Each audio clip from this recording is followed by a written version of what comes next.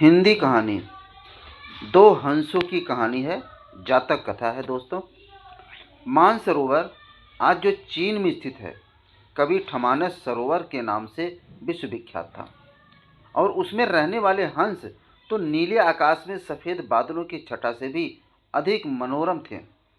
उनके कलरव सुंदर नर्तकियों की नुपुर ध्वनियों से भी अधिक सुमधुर थे। उन्हीं सफ़ेद हंसों के बीच दो स्वर्ण हंस भी रहते थे।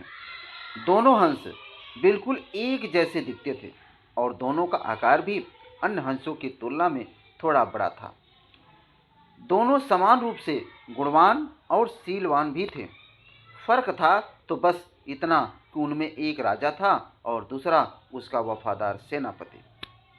राजा का नाम धृतराष्ट्र था और सेनापति का नाम सुमुख।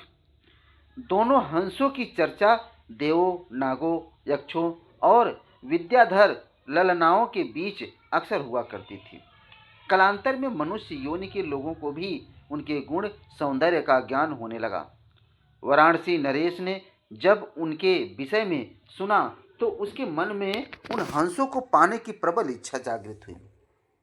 तत्काल उसने अपने राज्य में मानस सदृश एक मनोरम सरोवर का निर्माण करवाया, जिसमें हर प्रकार के आकर्षण जली पौधे और विभिन्न प्रकार के कमल जैसे पद्म, उत्पल, कुमुद, पुंडरीक, सौगंधिक, तमरस और कहलर विकसित करवाएं। मत्स्य और जलीय पक्षियों की सुंदर प्रजातियां भी वहां बसाई गई।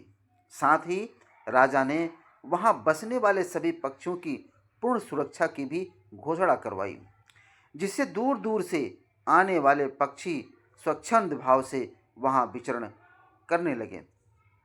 एक बार वर्षा के बाद जब हेमंत ऋतु प्रारंभ हुआ और आसमान का रंग बिल्कुल नीला होने लगा, तब मानस के दो हंस वाराणसी के ऊपर से उड़ते हुए जा रहे थे। तभी उनकी दृष्टि राजा द्वारा निर्मित सरोवर पर पड़ी। सरोवर की सुंदरता और उसमें तैरते रमणीक पक्षियों की स्वच्छंदता उन्हें सहज ही आकर्षित कर गई। तत्काल वे नीचे उतर आए और महीनों तक वहाँ की सुरक्षा, सुंदरता और स्वच्छंदता का आनंद लेते रहे। अंततः गत्वा वर्षा ऋतु के प्रारंभ से पूर्व वे फिर मानस को प्रस्थान कर गए। मानस बहुत पहुंचकर उन्होंने अपने साथियों के बीच वाराणसी के कृत्रिम सरोवर की इतनी प्रशंसा की कि सारे के सारे हंस वहाँ वर्षा के बाद वाराणसी जाने को तत्पर हो उठे। हंसों के राजा युधिष्ठिर और उसके सेनापति सुमुख ने अन्य हंसों की इस योजना को समुचित नहीं माना। युधिष्ठिर ने उनके प्रस्ताव का अनुमोदन न करते हुए यह कहा कि पक्षी और जानवरों की एक प्रवृत्ति होती है, वे अपनी संवेदनाओं को अपनी चीखों से प्रकट करते हैं, किंतु जंतु जो कहलाता है मानव बड़ी चतुराई से करता है। अपनी भंगिमाओं को प्रस्तुत जो होता है उनके भावों को ठीक विपरीत। फिर भी कुछ दिनों के बाद हंसराज को हंसों की जिद के आगे झुकना पड़ा और वह वर्षा ऋतु के बाद मानस के समस्त हंसों के साथ वाराणसी को प्रस्थान कर गया। जब मानस के हंसों का आगमन वाराणसी के सरोवर में हुआ और राजा को इसकी सूचना मिली, तो उसने अपने एक निषाद को उन दो विशिष्ट हंसों को पकड़ने के लिए नियुक्त किया। एक दिन युधिष्ठिर जब सरोवर की तट पर स्वच्छंद भ्रमण कर रहा था, तभी उसके पैर निषाद द्वारा बिछाए गए जाल पर पड़े। अपने पकड़े जाने की चिंता छोड़ उसने अपनी तीव्र चीखों से अपने साथी हंसों को तत्काल वहां से प्रस्थान करने को कहा, जिससे मानस के सारे हंस वहां से क्षण मात्र में अंतर्धान हो गए। रह गया तो केवल उसका एकमात्र वफादार हमशक्ल सेनापति सुमुख। हंसराज ने अपने सेनापति को भी उड़ जाने की आज्ञा दी, मगर वह दृढ़ता के साथ अपने राजा के पास ही जीना मरना उचित समझा। निषाद जब उन हंसों के करीब पहुंचा तो वह आश्चर्यचकित रह गया, क्योंकि पकड़ा तो उसने एक ही हंस था, फिर भी दूसरा उसके सामने निर्भीक खड़ा था।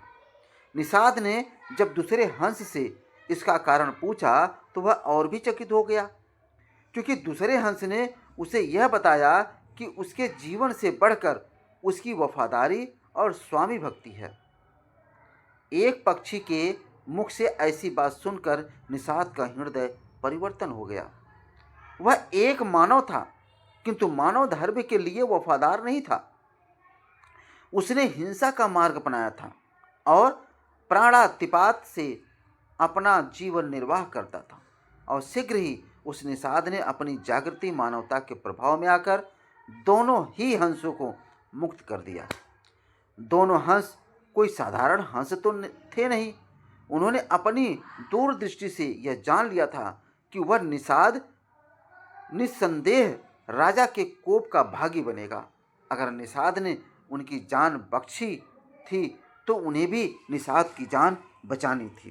अतः तत्काल ने निषाद के कंधे पर सवार हो गए और उसे राजा के पास चलने को कहा। निषाद के कंधों पर सवार जब वे दोनों हंस राज दरबार पहुँचे तो समस्त दरबारीगण चकित हो गए।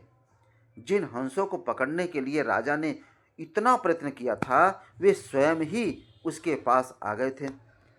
विस्मित राजा ने जब उनकी कहानी सुनी तो उसने तत्काल ही निषाद को राजदंड से मुक्त कर पुरस्कृत किया। उसने फिर उन ज्ञानी हंसों को आतिथ्य प्रदान किया तथा उनकी देशनाओं को राज दरबार में सादर सुनता रहा। इस प्रकार कुछ दिनों तक राजा का आतिथ्य स्वीकार कर दोनों ही हंस पुनः मानस को वापस लौट गए। तो दोस्तों, ये कहानी आपको कैसी लगी? बहुत बेहतरीन कहानी थी। अगर ये कहानी आपको अच्छी लगी है तो सब्सक्राइब और लाइक ज़रूर करें, अपने दोस्तों को शेयर करें। धन्यवाद।